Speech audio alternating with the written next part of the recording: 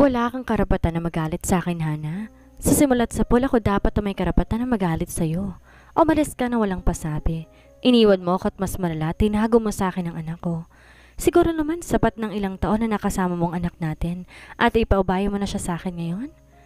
Pagkatapos ng lahat ng pinagdaanan kong hirap, mabigyan ko lang ng maayos na buhay ang anak ko, kukunin mo siya sa akin? I raised my child with my own. Sperm lang ang ambag mo. Hindi mangyayaring lahat ng to kung di mo ako iniwan.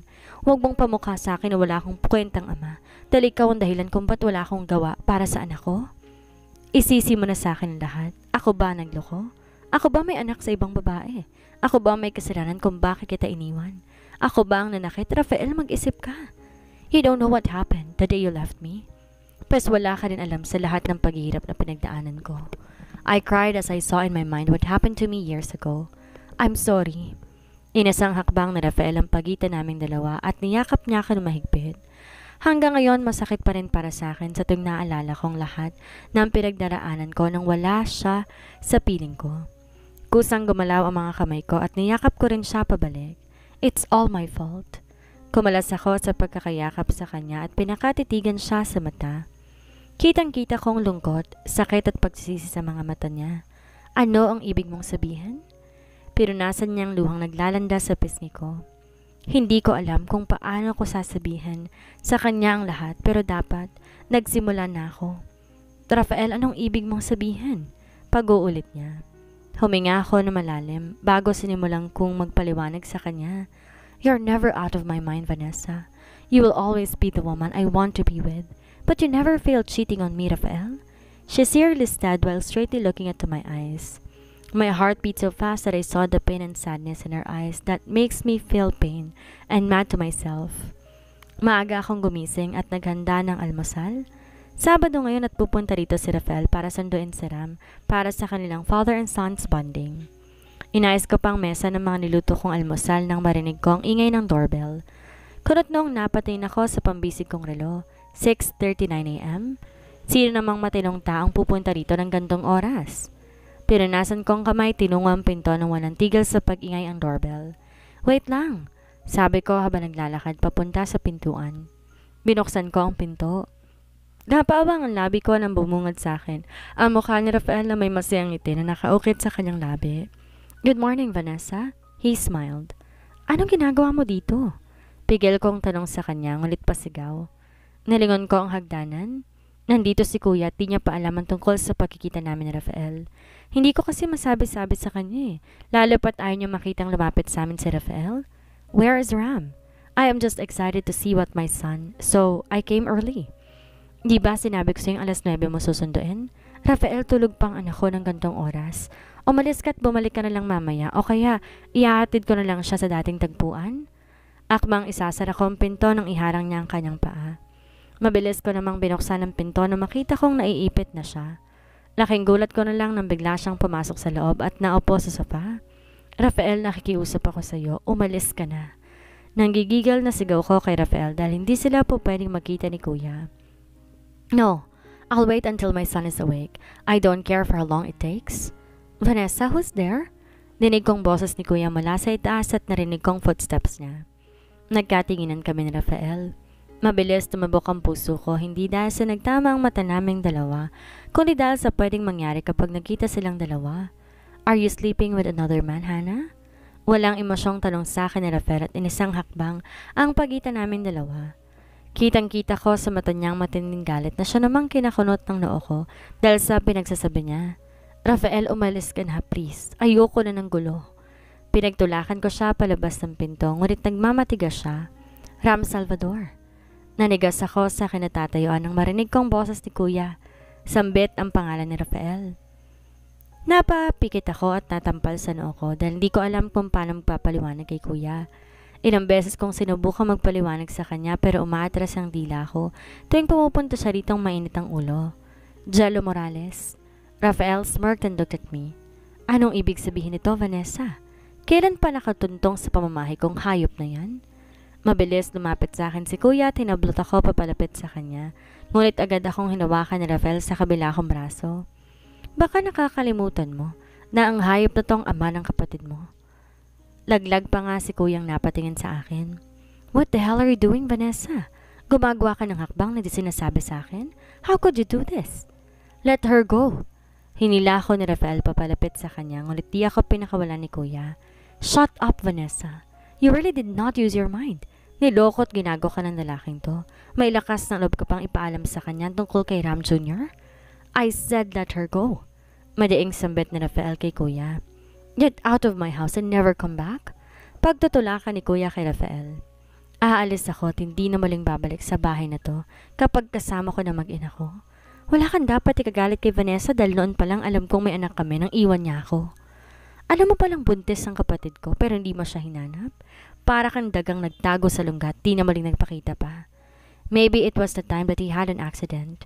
You don't know anything for you to talk to me like I am a very badass person alive. I'm not that coward to run away from my responsibility and I'm here to take it back. Now if you let me. Daddy!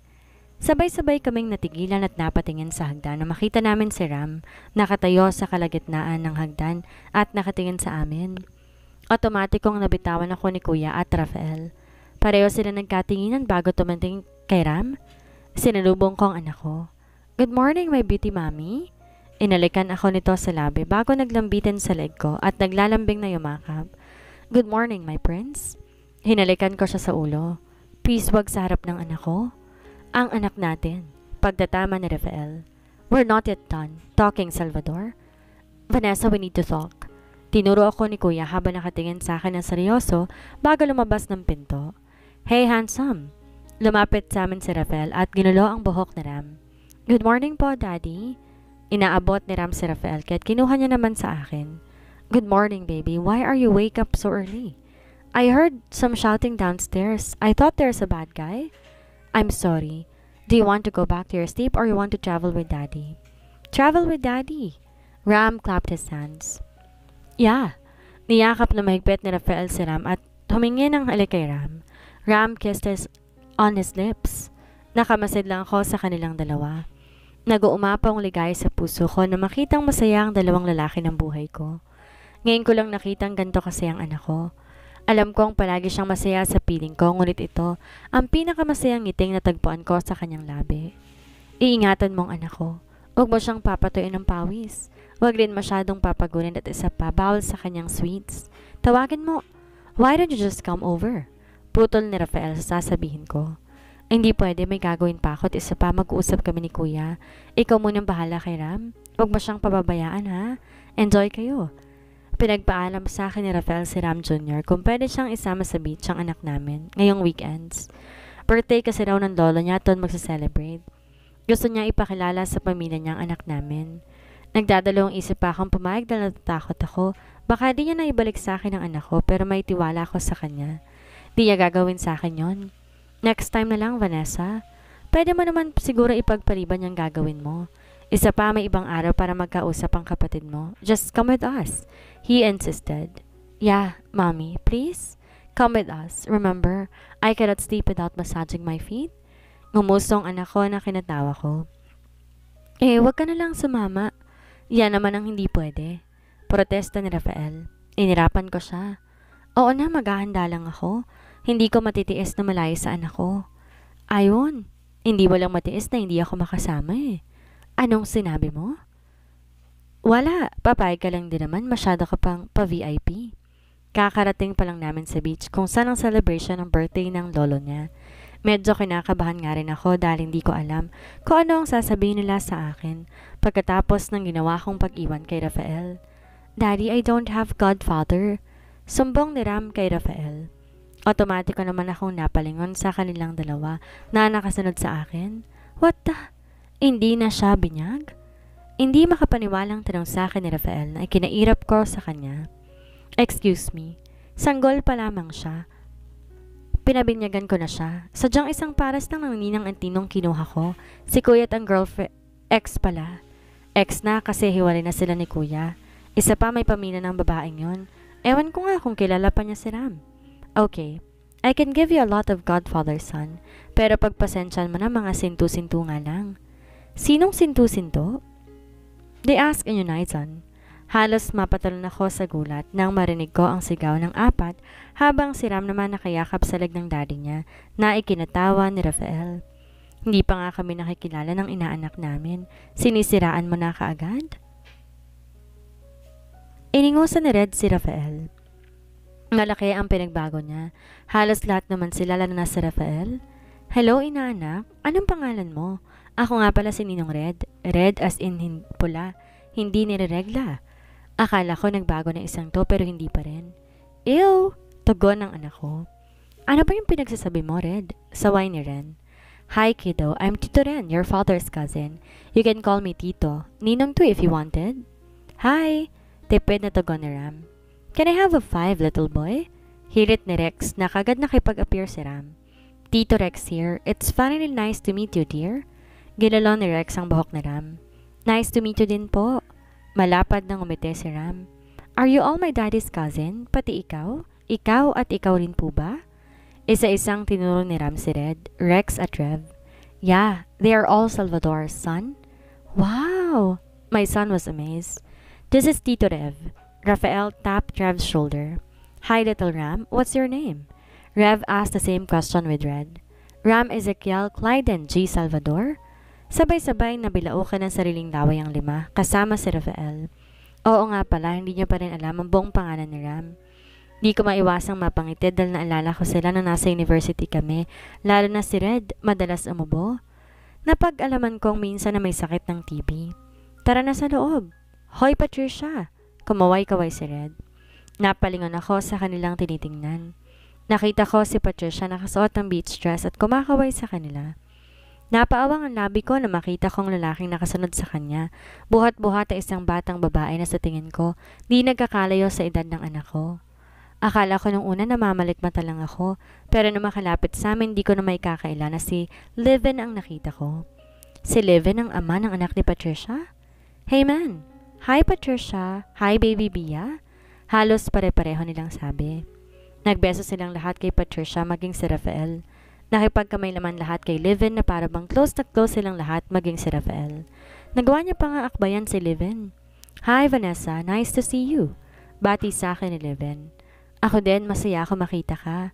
Nakangiting tugon ko sa kanya. Tama na yan, halina sa loob. Tara.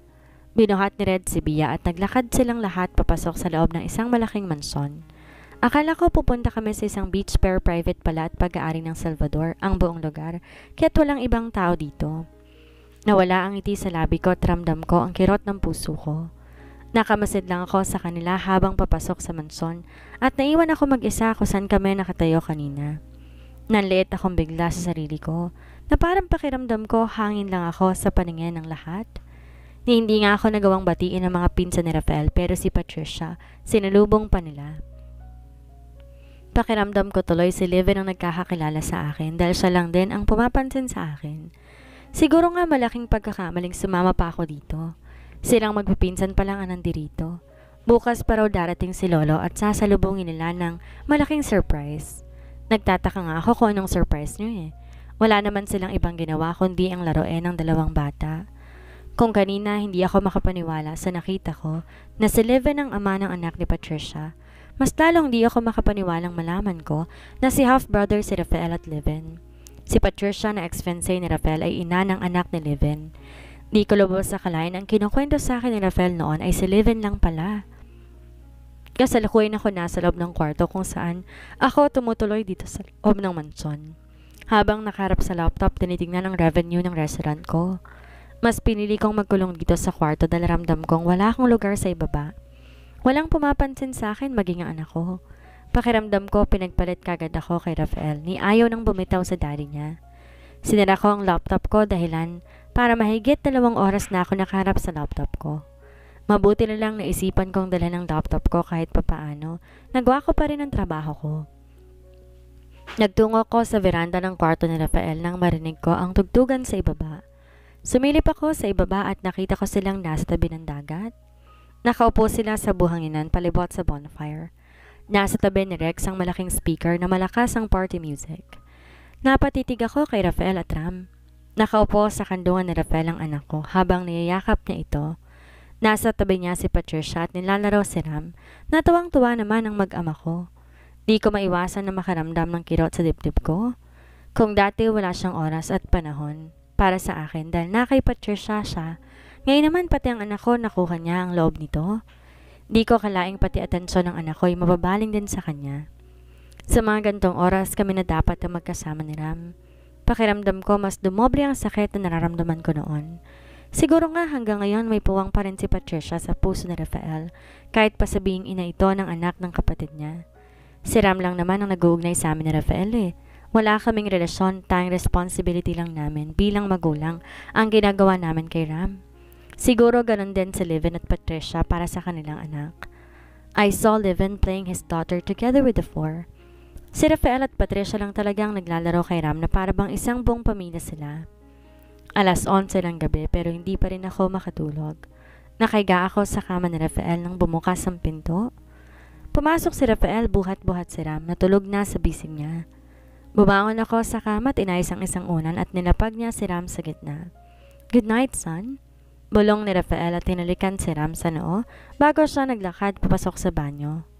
Inais kong anak ko at pinakatitigan ang mukha nito.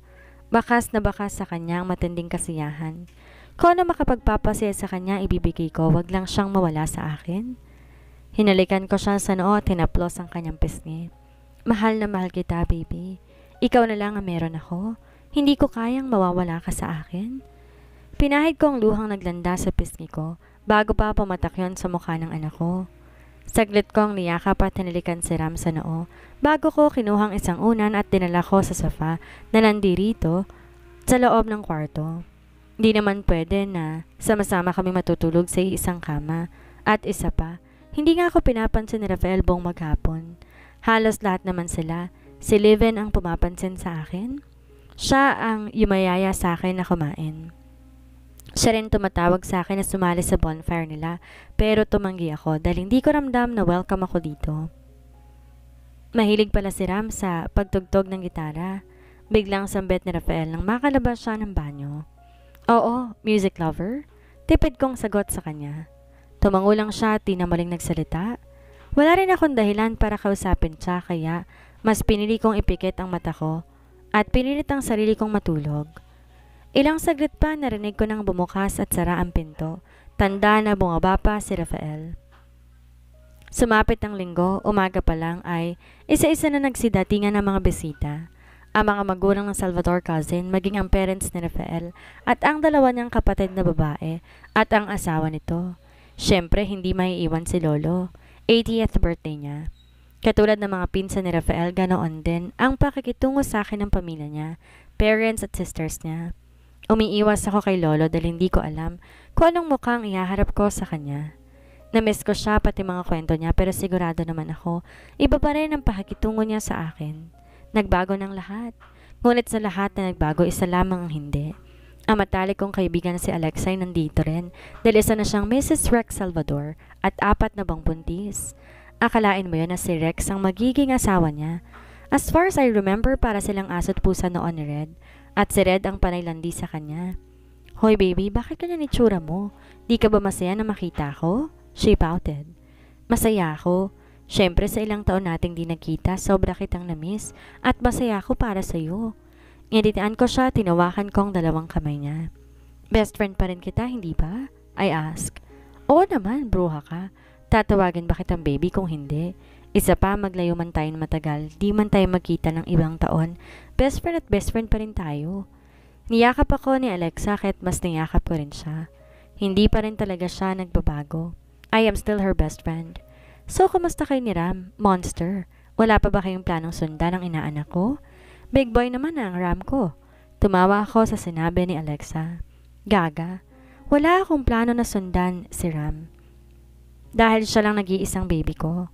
Walang dapat pagplanuhan. Wala kaming relasyon ni Rafael. Pinakatitigan ako ni Alexa. Siguro naman sa dami ng pinagdaanan ninyo, natuto na rin siya. Malay mo nagbago ng asawa mo. Hindi ko siya asawa. Matagal na kami hindi mag-asawa. Mula na iparamdam niya sa akin na hindi ako mahalaga. Hanggang ngayon yun pa rin ang nararamdaman ko sa totoo lang. Tumulong isang butil ng luha sa aking pisngi. Wala namang masama kung magkakabalikan kayo ni Ram, hindi ba? I mean, baby, look. Single si Ram Monster, ikaw rin, at pareho niyong ginagawang responsibilidad sa inaanak ko. Bakit di niyo na lang ayusin ang gusot sa pagitan ninyong mag-asawa? Hindi ko alam, baby. Iniisip ko pa lang na pwede pang mangyaring nakaraan. Natatakot na akong sumugal. Takot na ako masaktan. Alam mo yung pakiramdam na nasa iyo pero hindi mo siya pwedeng angkinin? Sapat na sa akin na meron akong Ram. Isa pa, nag-usap na kami ni Kuya. Huminga ako na malalim.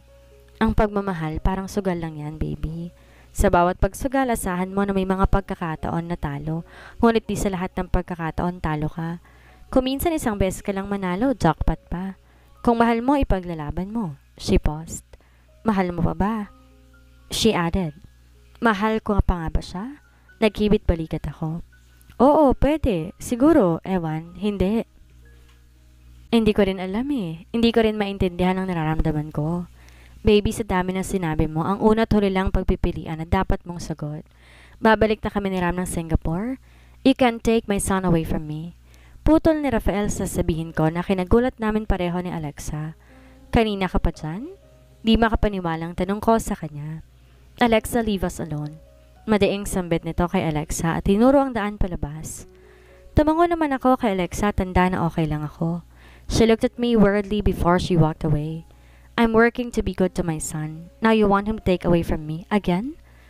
Hannah, I know I cannot be a good husband and never a perfect one, but I'll try my very best to be responsible and the best father to my son. Alam ko di ako mabuting asawa, kahit maging mabuting ama na lang para kay Ram. Yun man lang magawa ko ng tama. I won't force you to get back to me, but I won't let you go away from me together with my son. I will keep you no matter what. I don't care if you don't love me as long as I love you. Epilogue. Vanessa Hannah's point of view. Nagsasama na kami ni Rafael sa isang bahay. Di na rin ako natuloy sa pagbalik ng Singapore dahil hindi niya ako hinayaang umalis. He's working for my forgiveness for almost months. He started to court me again that I'll never expect he will. Ginagawa niya lahat para muling makuha ang pagtingin ko sa kanya. We're okay just like a happy family. Rafael, are you drunk?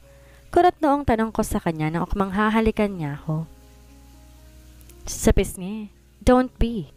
Just make sure na makakauwi ka ng ligtas kapag umiinom ka. Bilin ko sa kanya na kinangisi niya na nakawan ako ng halik sa labi. Thanks, love.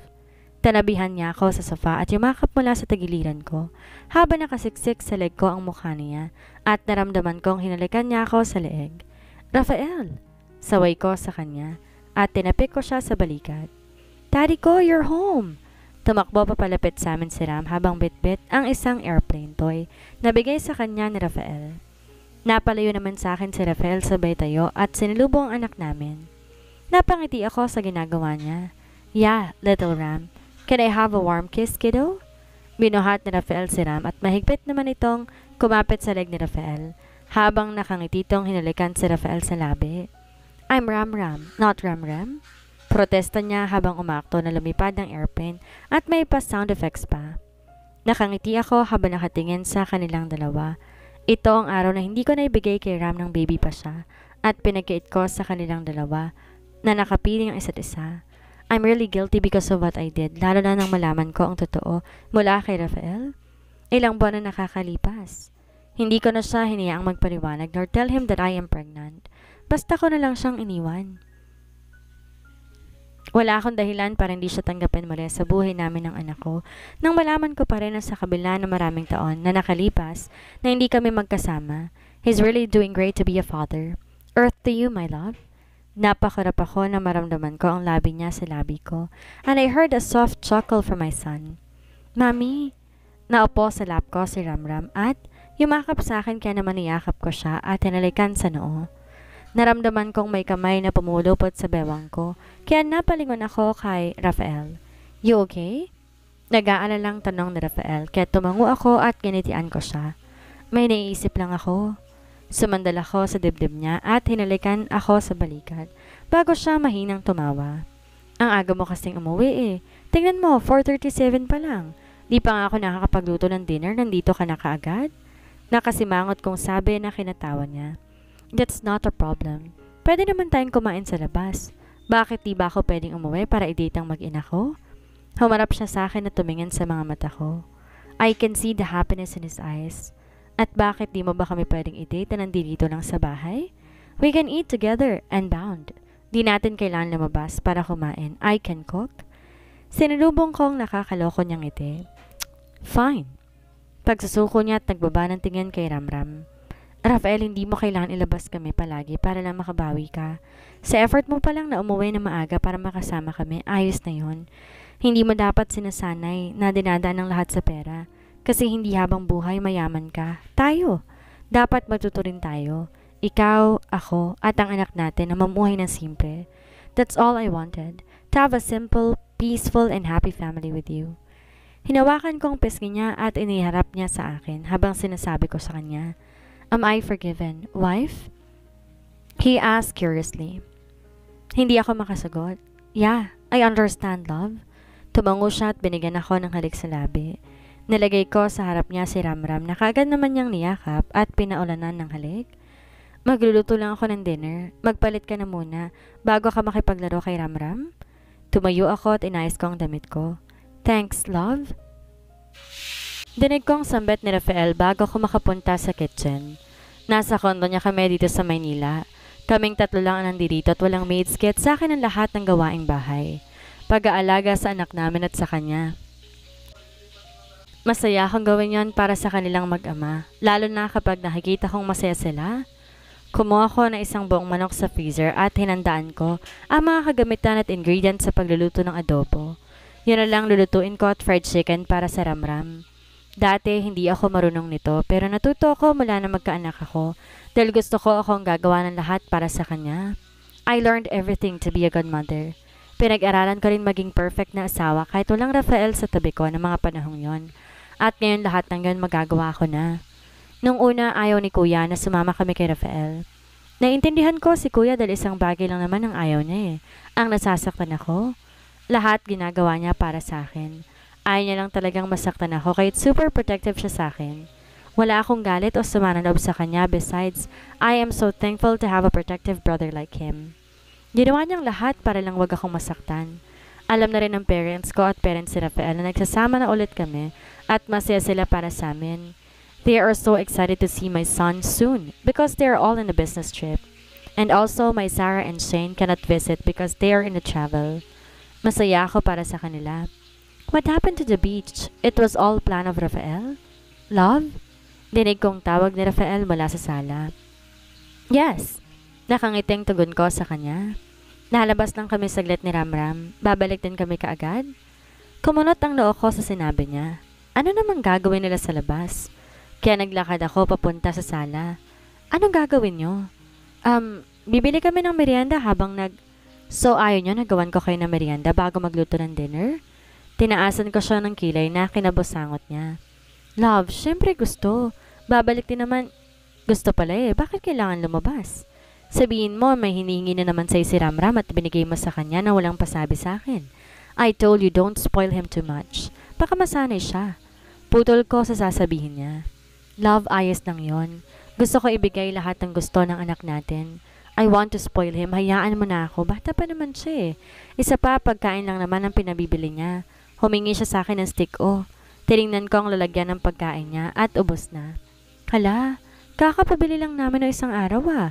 Ang bilis naman yata. Ubos na kaagad? Nagtatakang tanong ko. Oo, mukhang di naman yung anak ko yung nakaubos eh. Sige na, baba lang kami saglit. Babalik din kami agad na may dalang dessert. Kumindat siya sa akin. Oo nga, ingat kayo. Ayusin mo ah, nakainom ka na. Paalala ko sa kanya. Love, hindi ako lasing. Napilitan lang akong uminom dahil hindi ako makahindi kay Red. Pero isang baso lang yon, wag kang mag-alala. Ngumiti ako sa kanya. Bye, Mami. Kumakaway sa akin si Ramram nang ihatid ko sila sa may pinto. Bye, I love you. Sagot ko at nag-flying kiss pa ako sa kanya. I love you. Love you po, Mami. Sabay na tugon nilang dalawa sa akin kaya nakangiting sinara ko ang pinto ng konto bago ko bumalik sa kusina at nagsimulang magluto. Nagsaing muna ako habang inihahanda ko ang mesa dahil baka pauwi na sila. Nilagay ko na sa table ang mga pagkain ginawa ko. Rice, adobo, fried chicken. Nagluto rin pala ako ng minuto para may pagpipilian si Rafael sa kung anong gusto niyang kainin, pork or chicken. Nagprito rin ako ng hotdog at ng ham. Daglaga rin ako ng itlog kasi hindi ko natanong ang baby ramram ko kung ano ba ang gusto niyang ulam. Gumawa rin ako ng apple juice at naglagay ng tubig sa mesa. Nang maiayos ko na ang mesa, tiningnan ko ang relo na nasa kamay ko. It's exactly 7 p.m. Wala pang mag-ama ko. Siguro maya-maya nandirito na ang mga yon habang naghihintay sa kanila. Naligo na muna ako at nag-ayos ng sarili ko. Dala amoy usok na ako at ang dami ng niluto ko. Nagsuot ako na isang off-shoulder dress above the knee na kulay itim at pinaresan ko ng white shoes. Nakalugay lang ang buhok ko. Nang maayos ko ng sarili ko, napagpasyan ko na sa baba ko na lang sila hihintayan. Nag-text na kasi si Rafael na pauwi na sila. Na-traffic lang siguro kahit natagalan. Pababa pa lang ako nang marinig ko ang sunod-sunod na katok sa pinto. Nakangiting tinungo ko ang pintuan upang pagbuksan ang mag-ama. Sino kayo? Kinakabahang tanong ko nang bumungad sa akin ang 3 armadong lalaki at may takip din ang kanilang mukha.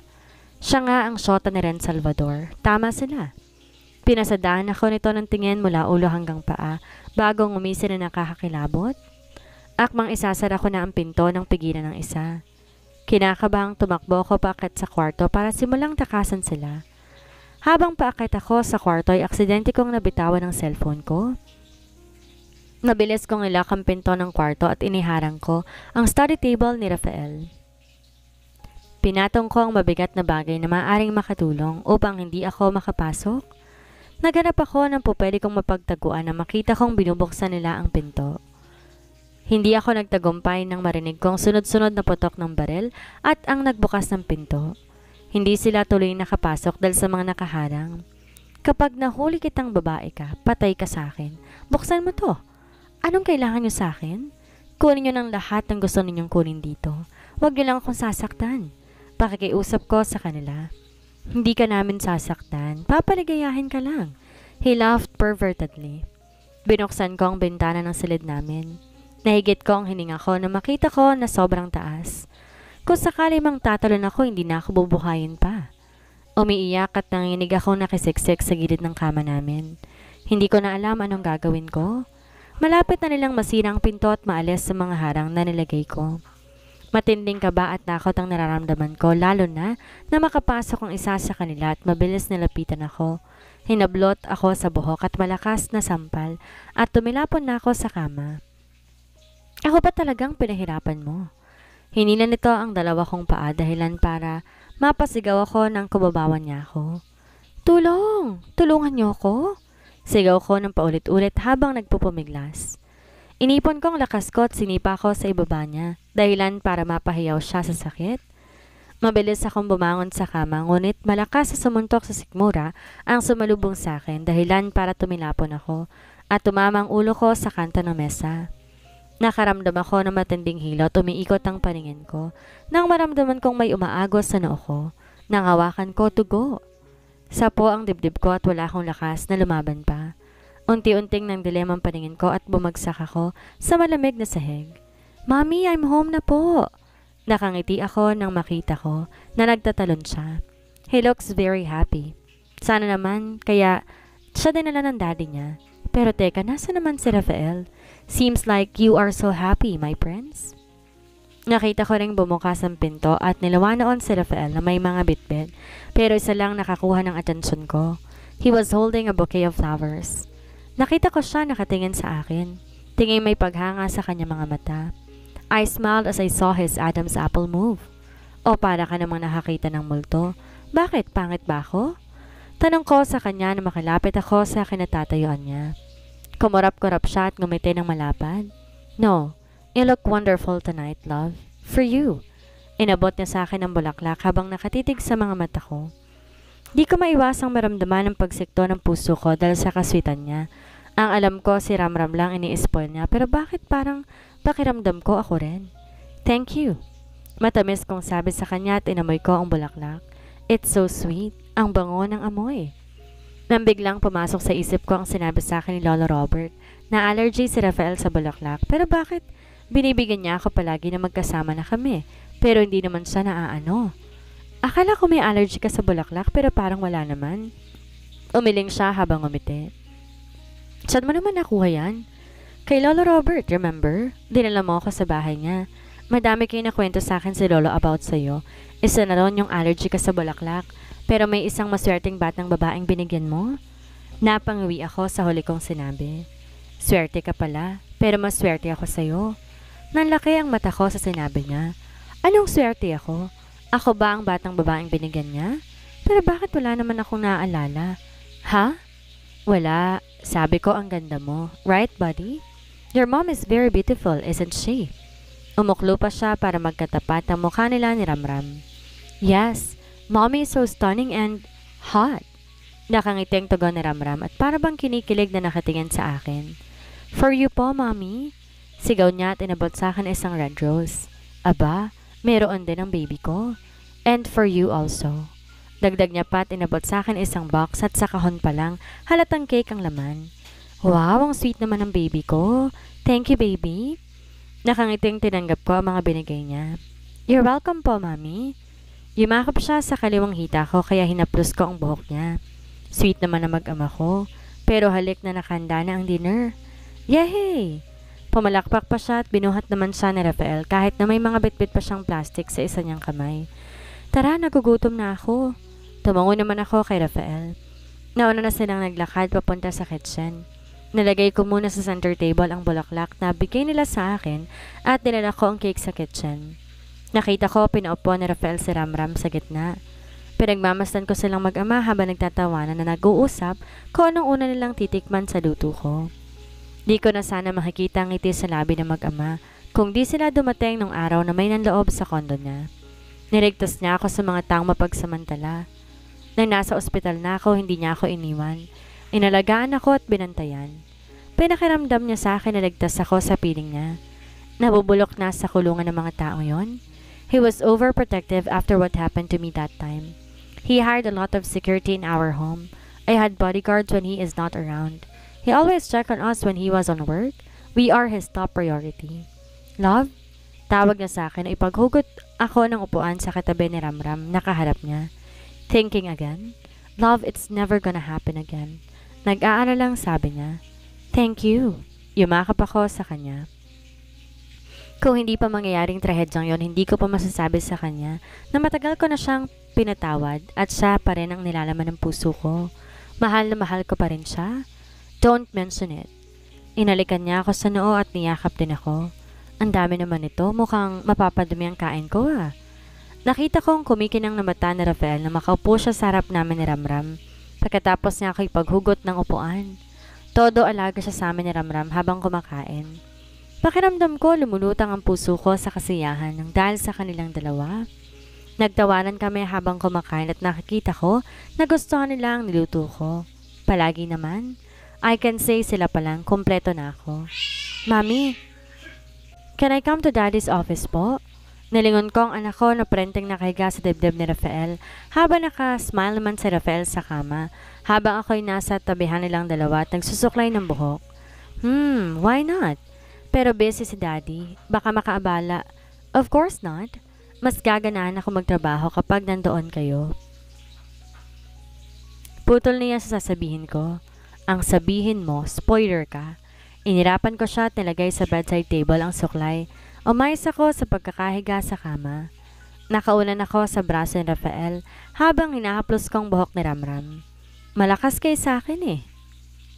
Natatawang sabi niya at hinalikan niya sa buhok si Ramram na busy sa kakakalikot ng kaliwang kamay niya kasi unan ko ang kanang braso niya eh.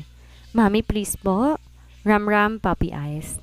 Sige, pupunta tayo pero susunod na lamang tayo kay Daddy. Magluluto muna tayo ng lunch, okay ba? Hinalikan ako sa noon ni Ramram. Yay! I love you po, mami ko. He smiled from ear to ear. I love you more, baby. Sagot ko sa kanya. Akala ko ba ako ang spoiler, pero mukhang na-spoil mo naman ako, masyado niya na. Pinisil ko ang ilong ni Rafael. Dami mong alam. Matulog ka na kaya? Sad ko na ikinatawa niya. Daddy, what's this po? Nagkatinginan kami ni Rafael at nakita ko natigilan siya sa tanong ni Ramram. Kaya naman, natiningnan ko kung ano ang tinuturo ni Ramram sa kamay ni Rafael. Na makaupo ako sa kama para tingnan kung ano yon. Hana? Basa ko sa nakasulat na tattoo sa kanyang wrist. Is that my name? Teka, ito yung bagay na gusto ko makita noon. Pero di ko magawa dahil may suot siyang bracelet at hindi yan inaalis kaya't hindi ko to nabasa noon. Mommy's name po? Nakita ko nag-angat ng tingin si Ramram sa daddy niya. Yeah.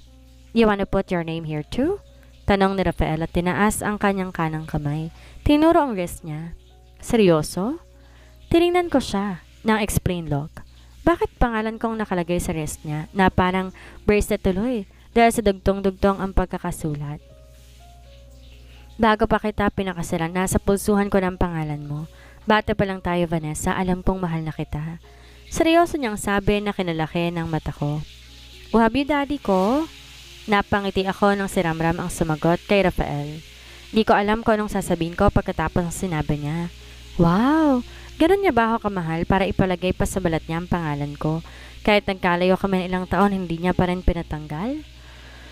Humiga ulit ako sa tabi niya at niyakap ko siya. Naramdaman ko rin pinulupot niya sa katawan ko ang kanang braso niya. Mahal niya ako nang hindi ko alam. Ram Rafael Clyde. Nagising ako sa gulat na wala sa dibdib ko ang anak ko. Akala ko nahulog pero nasa tabi ko lang pala, mahimbing na natutulog. Napangiti ako na makita kong tulog na tulog siya at napakasarap yung pagmasdan. Inayos kong una na yakap niya. Hindi ako magsasawang alagaan siya, marami man ang nasayang na oras at panahon na hindi kami magkasama, sisiguraduhin kong susulitin ko bawat minutong kasama siya. Bumaling ako sa kanan at nakita kong asawa kong mahimbing na natutulog sa tabi ko. Para siyang si Ramram. Masarap pagmasdan habang natutulog. Pakiramdam ko sobra silang komportable sa akin dahil sa pagkakahimbing nila. Humarap ako sa asawa ko at pinagmasdan ko ang kanyang mukha. Ang ganda niya at mas lalo pa siyang gumanda. I love her so much and I can't explain how much I love her. All I know is that I don't want to lose her again in my life.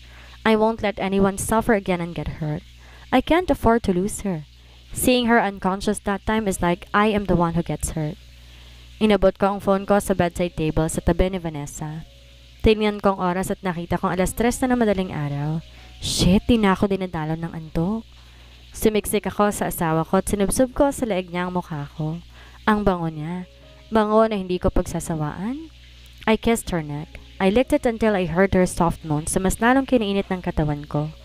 I kissed her neck going to her earlobe. I looked up in her face and I can see she was opening her eyes. I smiled and she smiled back. Her moans in between my kisses. Una hinahayaan niya akong halikan siya pero hindi rin nagtagal, tinagon niyang mainit itong halik. Rafael? Tawag niya sa akin na halos bulong. Naistorbo ko ba ang tulog mo? Tanong ko, tinalikan ko siya sa tungki ng kanyang ilong. Ano bang ginagawa mo? Hinawakan niya ako sa balikat at bumaling sa anak namin na nahihimbing na natutulog sa tabihan ko. Waking you up to make love with me? Bulong ko sa kanya at walang sabi-sabi, inangkin ko ang labi niya. I love you so much, love. I whispered. I love you too, Rafael. This is the life I wanted with her. Bata pa lang ako, siya nang hinihiling kong makasama habang buhay. Pero nawalan ako ng pag-asang makamtan ang pangarap na iyon mula nang iwan niya ako pero eto ako ngayon. Abot kamay ng pangarap at hindi ko sasayangin ang pagkakataon na ipakita sa kanya ang pagmamahal ko. I love you so much and our kids and future kids. They are my happiness, my peace, and everything to me. I, Ram Rafael Clyde Salvador, in behalf of my lovely wife, Vanessa Hannah Morales Salvador, now officially signing off.